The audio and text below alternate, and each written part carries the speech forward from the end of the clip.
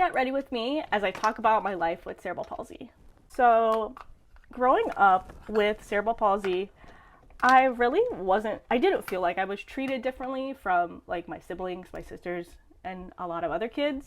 I think mostly because my parents, they always tried to instill in me that, hey, you can, do whatever you want to do in your life. You don't have to limit yourself. You can do whatever you put your mind to, kind of thing. I did obviously face some challenges in school and stuff like that. Kids were mean, especially middle school. Kids are still trying to figure out themselves, so I think a lot of times they look at you and you're different, and so they say things to make themselves feel better. But so middle school was hard. Once I got out of school, I really felt like I was in a stagnant place. I didn't really meet a lot of people, and especially like the town where I grew up, there wasn't a lot of like good prospects for dating.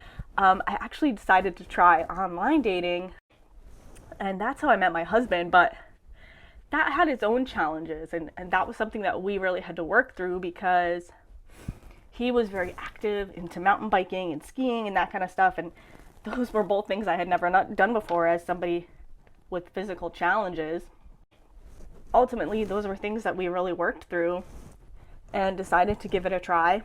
And I think one of the first questions actually that my mother-in-law asked my husband when we were dating, she asked him, she said, well, could she have kids? And I at first was kind of like, well, why would she ask that? But thinking about it, I was like, yeah, it's really kind of a valid question. If people don't really know anything about my disability, how would they know? And so I told him, of course, like, I don't know, like I've never tried, but, definitely one of those things is like, wow, I really want to educate people because they really don't have, some people really don't have any idea what cerebral palsy is or what, other disabilities are like. So after we got married, I had started a blog called like The Adventures with the Wobbly Wife or something like that. I don't even remember exactly, but my goal was to really kind of try to inspire people and really showcase the experience that I was going through because I didn't really have a lot of examples of people with disabilities living their life, like as a spouse, as a mom, whatever. And so I thought, well, I have to go through this kind of like a guinea pig so I can kind of try to help people. Still feel like I have kind of like a purpose to help people. Going into the workforce, it was definitely a little nerve-wracking and scary because you don't want people, especially in a professional setting, to view you as different just because you have this physical limitation, or they see you in a different way because off of first appearances kind of thing. Then other people, of course, they would ask questions and they would say, well, what can we do to make the work environment work for you? And that was helpful. But they really treated me based off of, can I do the job? Do I have the knowledge to do the job? Am I intelligent to do the job? Kind of thing. And that really meant a lot to me because I didn't want to be treated differently based on just a physical limitation. I didn't really need a lot of accommodations, so to speak, as far as things to make my job easier because I worked a desk job, so I wasn't like walking around a bunch everywhere.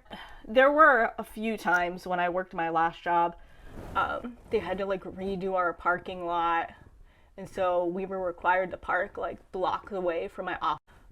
And my boss's boss actually gave up his parking spot so that I could park in the closer parking garage until our parking lot was finished. So that was really nice of him to do that. And then too, like when I was pregnant, things definitely got a lot harder. And I actually applied for a handicap parking pass that I had never qualified for before, but I qualified for a temporary one. You're pregnant, your balance is even more off than mine normally would be. And so walking long distances, especially wearing office type clothes, wasn't really ideal. All in all, I had really great experiences in the workforce. I feel like if you are in a place that's accepting of you and that's willing to work with accommodations that you need, it's a really ideal ideal environment. I've had a lot of great influences and people who were in my corner to help me figure out what to do and to be there for me. Probably really couldn't have gotten as far as I have without having resources and like my family and friends and different employers. So, and I've come a long way, but there's still a lot of life left to live. So we'll see what happens from there. So in terms of modifications for my everyday life in my house, really this is the big thing. I use this stool to get into the tub because the tub is really high, and I've pretty much almost fallen and injured myself before I had this. I also have a handle here to help me get in and out. Just extra kind of handhold reassurance there. Also, things like rugs, like these rugs here. This rug actually used to be here, and we had to move it when we first tried it out because it was a huge tripping hazard for me, and my husband was like, no, we're not having that. So those are the big things in here. And then just in general, things like this rug out here in the living room, just making sure that it's not furled up, anything like that, so that it's not a tripping hazard. That's the biggest thing for me, is tripping hazards.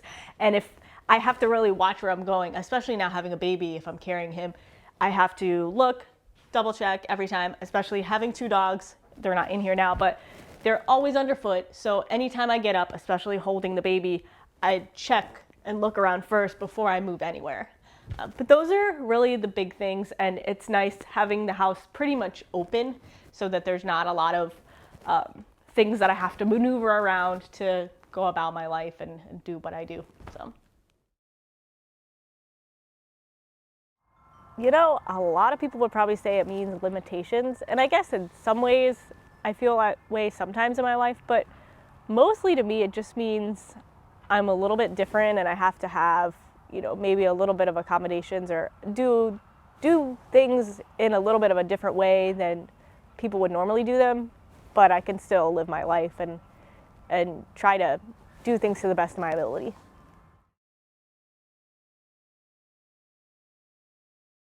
If you have cerebral palsy, don't limit yourself. Don't let other people limit you. And if you need accommodations for something or help with something, don't be afraid to ask. But try to do everything that you can to live the life and the dreams that you want to live and have, because this is the only life we have, and you don't want to put yourself in a box because you feel like, well, so-and-so told me that I couldn't do this, so I'm just not going to try. Just try, and if you know you need to do things a different way, then you can, but don't let people limit you, and definitely don't limit yourself.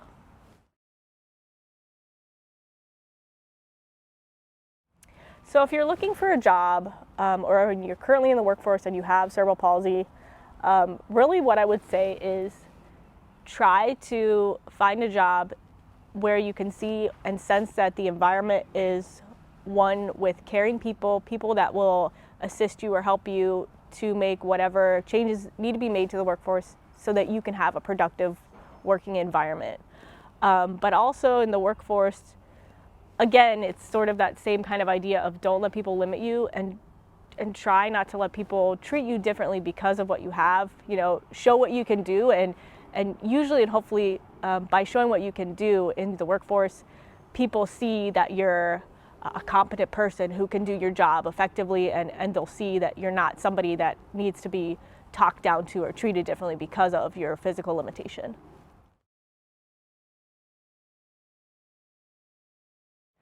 employU is a really great service. They offer really great services, resources for people with disabilities. I feel like I really wish I would have known about employU. It seems like they really try to give people the best shot they have of gaining employment, and gaining employment that will help them be productive and help them feel good about themselves and what they're doing. The resources that they offer are just invaluable, really, because it really helps people to feel like they have somebody in their corner who really understands and wants to help them succeed.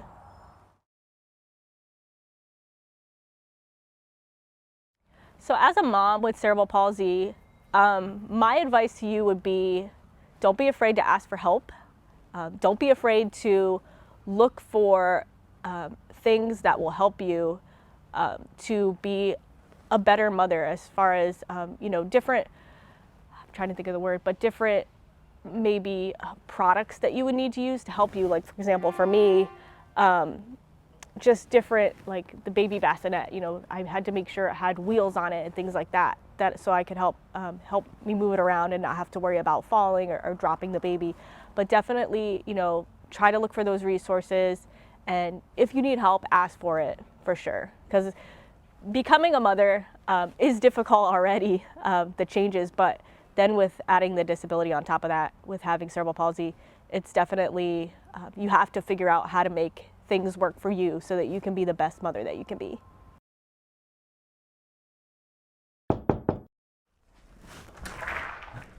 Hi, welcome. I'm Karina, and this is Emmett. Come play with us. Come on, buddy. Come on. Come on.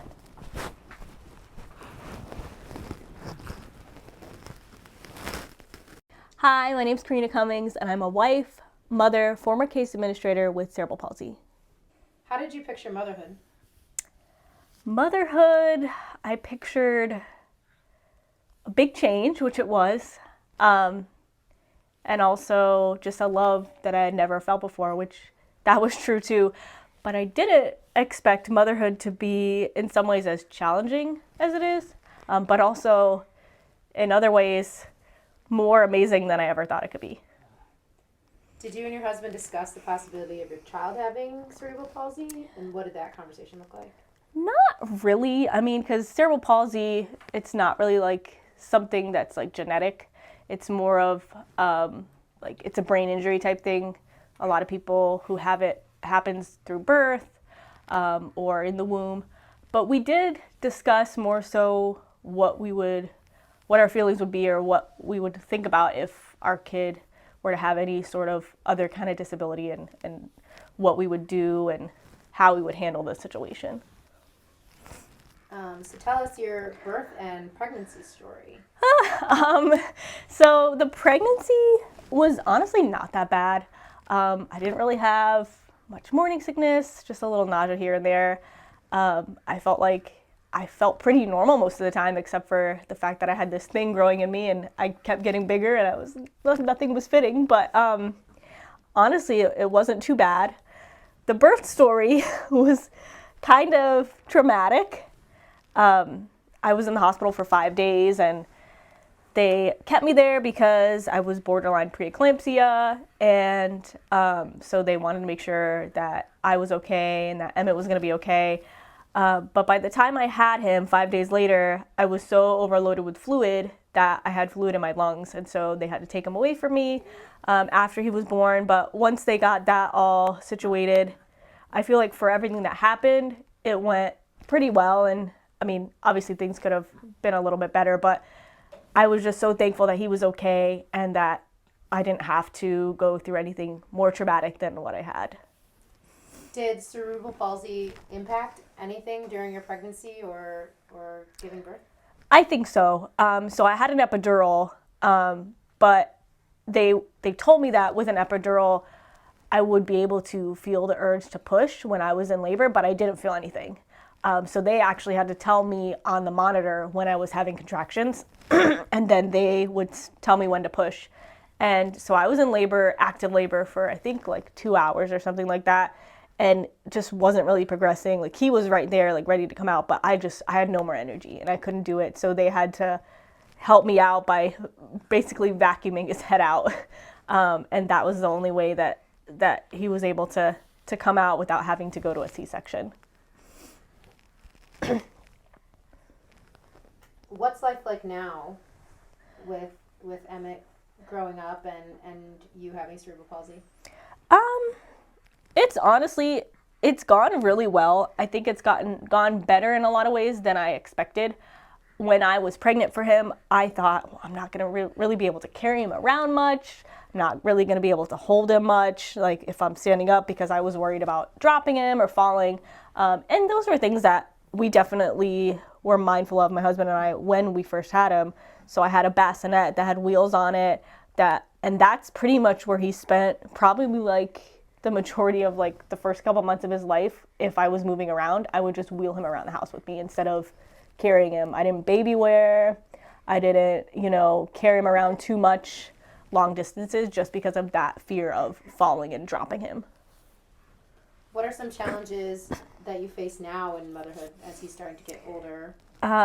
He's definitely heavier, definitely longer, and so it is becoming more cumbersome to try to maneuver him, especially because he's not walking yet or not like super mobile yet or anything. Going out in public with the infant carrier is definitely a lot heavier than he used to be. So usually, if my husband and I go out together, he's in charge of hefting the baby and I'm in charge of the diaper bag. What are some things you're thinking about that might be hard in the future as he grows up? Definitely how I'm going to continue to be able to carry him, or, move him where I want him to go, like if he's not listening, just because of that, the weight issue with him getting bigger and me having the balance issues that I do. But I think as we move along, just like any stage, I just try to learn to adapt to each one and figure out what works best. What should other mothers with cerebral palsy know? Honestly, for me, when I was researching different products to try to buy for like adaptive products for being motherhood with cerebral palsy, there really wasn't that much. For at least for the stage that I'm in my life with the limitations that I have. There were, things for people without physical limitations, and there were adaptive products for people who were in wheelchairs, but not really anything for like someone sort of in the middle. And so I really had to search to try to find out what things I could use that maybe I could adapt in some way to help me, or even if there were like the bassinet, for example. That was the biggest thing for me because I wanted something that I could move him around in. And one of my sisters actually found that for me, and that was a godsend when we used that. But really, for the most part, it was just trying to figure out how I can take regular products and adapt them to my needs. And what advice or encouragement do you have for other mothers with cerebral palsy? I would say whatever worries or concerns you have, don't be afraid to talk about them with other people. And, if you need help, definitely ask for it. Don't be afraid to try to find any resources that you can or utilize those resources to help you in your journey as a mother with a disability. And that might take some digging. For me, personally, I felt like there weren't many resources for disabled mothers. And so I really had to kind of be ingenuitive to try to figure things out for myself and figure out what would work and how I can adapt things for my needs. And so sometimes you might just have to be a little creative in how you do your best with motherhood. But that doesn't mean that you can't be a good mother. It just means you might have to do things a little bit differently than somebody without those limitations would do.